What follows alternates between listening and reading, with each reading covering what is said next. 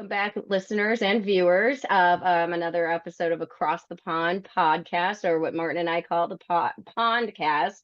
It's Lindsey Stroud and Martin Cullop with the Taxpayers Protection Alliance's Consumer Center, and today we've got an interesting guest. I only first met him earlier this year in Warsaw, and but I've heard his name throughout the years that I've been doing THR. It's Peter Beckett.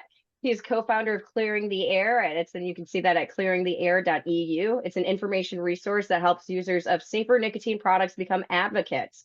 It launched in February of this year and covers campaigns across Europe and Latin America in both English and Spanish.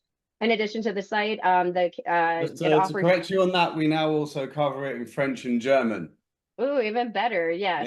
Yeah. And they offer free campaigning and lobbying help to organizations advocating for safer nicotine products.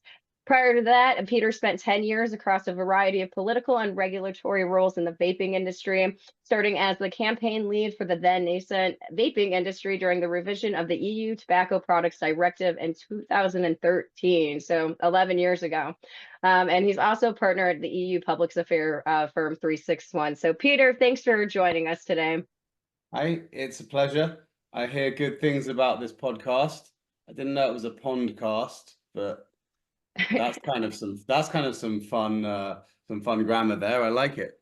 Oh yeah, so it can get kind of confusing. So all right, so I kind of gave just a brief introduction about you. Can you tell our viewers a little bit more about you and how you kind of got involved in vape advocacy?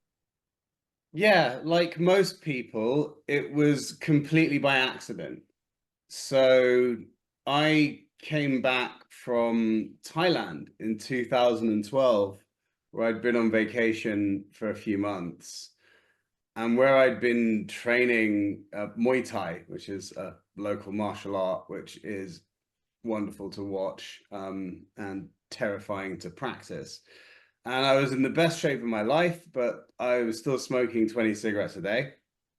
And I was really starting to notice those 20 cigarettes when I was training. And so I get back to the UK.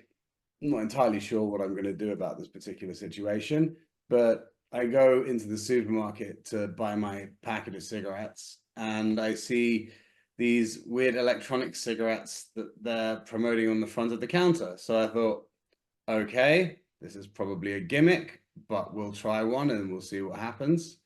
So I bought them in addition to my regular packet of cigarettes, thinking that it was never going to work. But lo and behold, 3 or 4 days later, I appeared to have quit smoking entirely by accident. So that was cool. And then my training as a lobbyist kicked in. I've been a lobbyist in the European Union here in Brussels for most of my career, which at that point wasn't very long because I was only 26. And I thought, wow, well, how is the EU going to try and screw these guys over?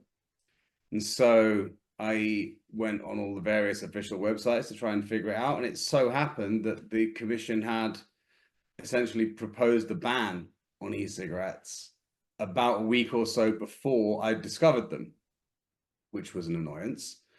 But fortunately, there was a significant distance to go in the legislative process. So I did what any well-meaning bystander would do in 2012. I started posting on internet forums in response to people who were convinced that the Commission had just banned vaping by fiat, and explaining, no, they have made a legislative proposal and this is what will happen next.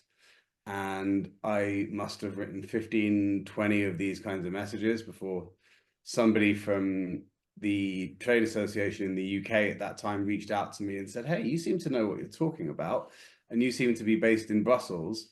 It'd be good to meet you. So I said, yeah, it'd probably be quite a good idea for us to meet. So we went and had dinner with your old mate, Martin, Catherine, Catherine and Tom.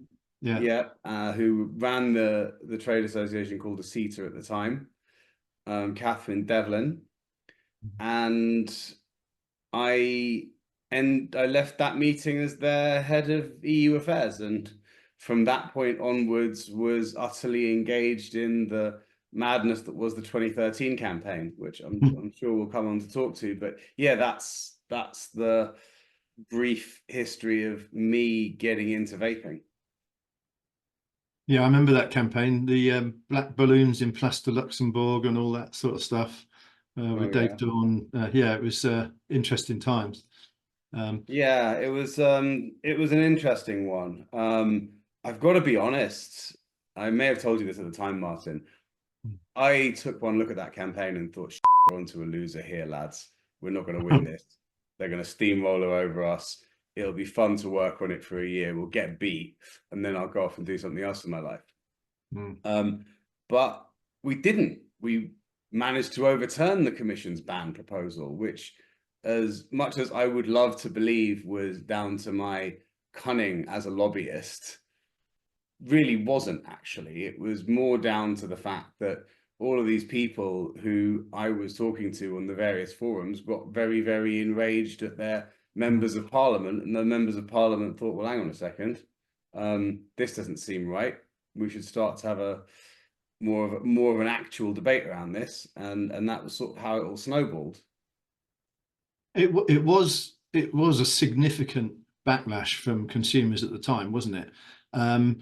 And we're now facing an upcoming review of the TPD, which is looking like they want to go back and fight all the same battles they did back in 2012. I'm concerned, I don't know about you, I'm concerned that we don't seem to have that passion with consumers anymore. Do you think we can recreate that sort of engagement that we had back then? Because some of these MEPs were saying they'd never had as many messages on a single subject as they'd had on this one.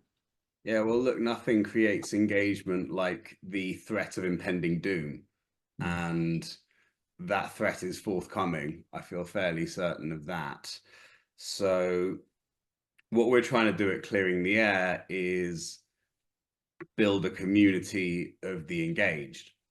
So there are lots and lots of consumer voices out there. There are lots and lots of consumer groups out there that do good work, and we don't want to compete with them. We don't want to try and take their place in the ecosystem, because we're professional media type people, and I suppose I am an authentic voice as a consumer to a certain extent.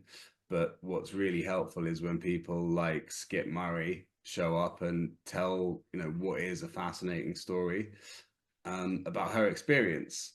So we're trying to build up a well of those kinds of people who are engaged with the issues now, such that when the sense of impending doom arrives, we'll know where they are, and we'll be able to offer advice on the best way to talk to the politicians that are making the decisions.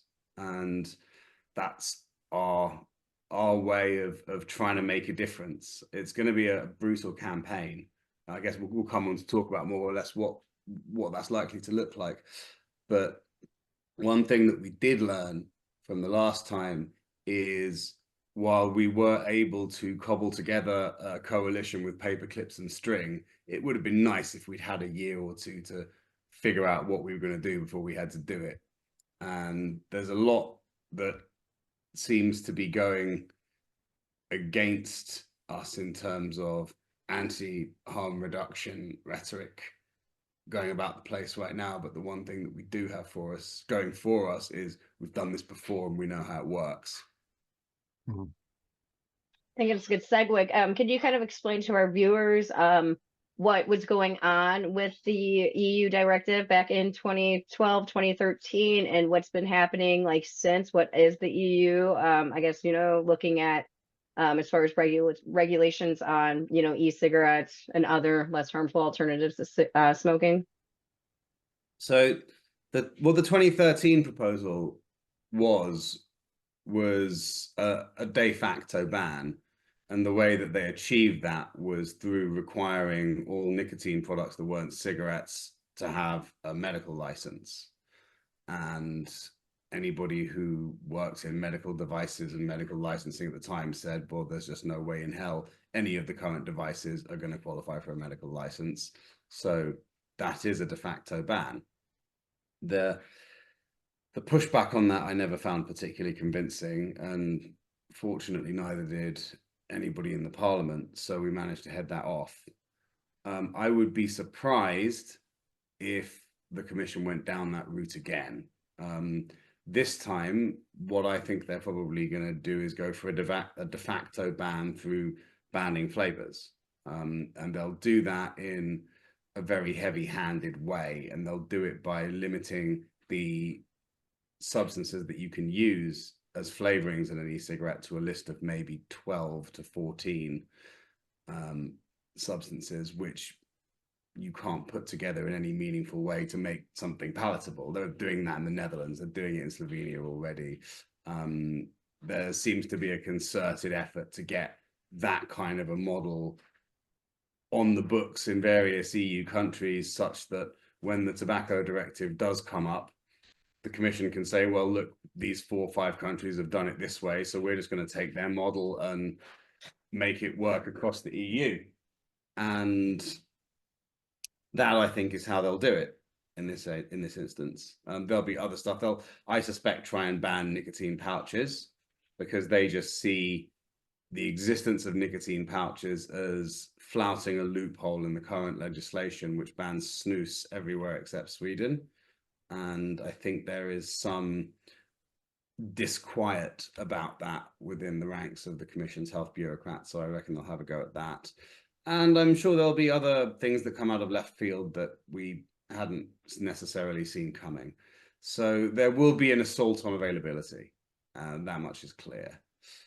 And it's difficult to know precisely what else there'll be, although they are amalgamating a whole bunch of other files at the moment. So it's possible you'll see new minimum tax rates as well, and those will be deeply unpresent and massively disadvantaged safer products when you compare them to, you know, the dangerous products that you set on fire and kill you.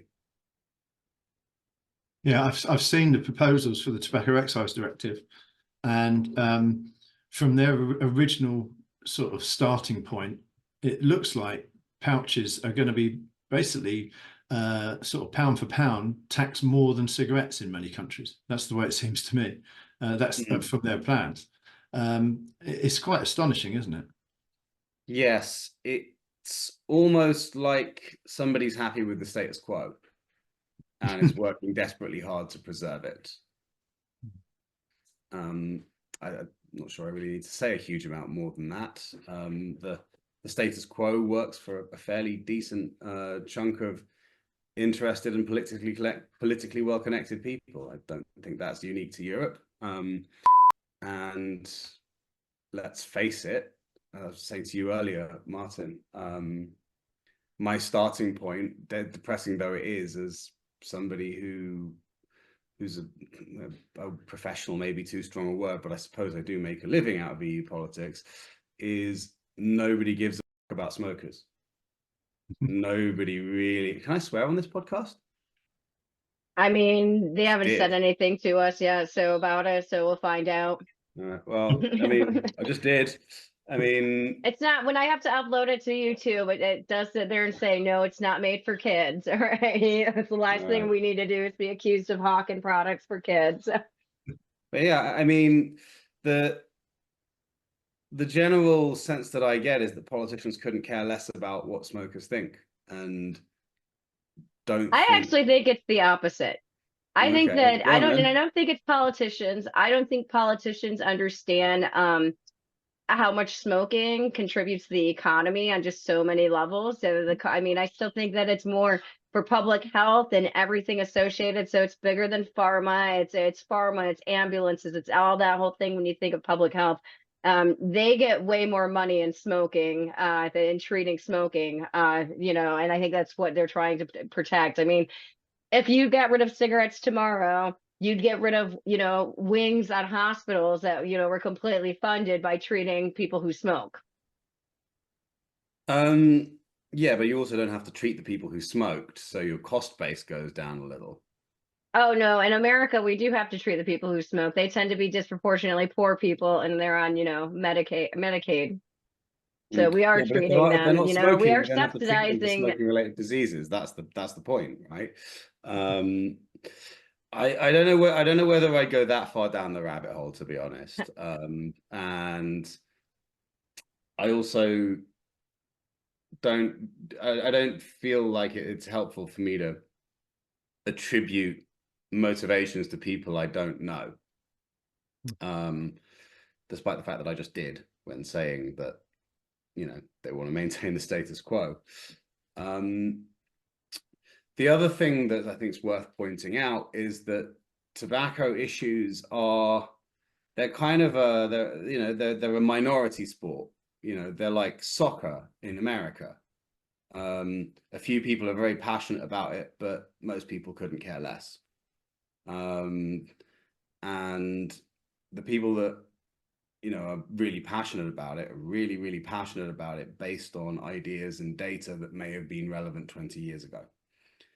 So when you're in that sort of highly charged environment where the people who have the most passion have the least at stake, and the people who are generally the most affected are people that politicians and certainly bureaucrats feel completely at ease ignoring the interests of, then what you end up with is NGO dictated policy. And some of the NGOs in Europe have demonstrated themselves to be utterly clueless of a lot of this stuff. So I snuck into a webinar held by the European Cancer League not so very long ago. And they were showing all of these awful products that were on sale at a French tobacconist, including one product that apparently is a white powder that you inhale through your nose like cocaine. Now, I'd never seen this product anywhere. And somebody on the panel was good enough to point out, well, hang on a second, this product doesn't include any nicotine at all. It's got absolutely nothing to do with the debate. And it's also, you know, it's not really relevant to this discussion. And yet the European Cancer League was holding it up on its PowerPoint as this is the problem that we need to go after. So I don't know whether that was a cock-up or a conspiracy, whether the Cancer League knew ahead of time that that product was irrelevant and put it in there anyway because it looked scary, or whether or not they just didn't know what it was and didn't do their due diligence. But either way, somebody makes a mistake as basic as that, you probably don't want them writing the framework legislation relating to those products.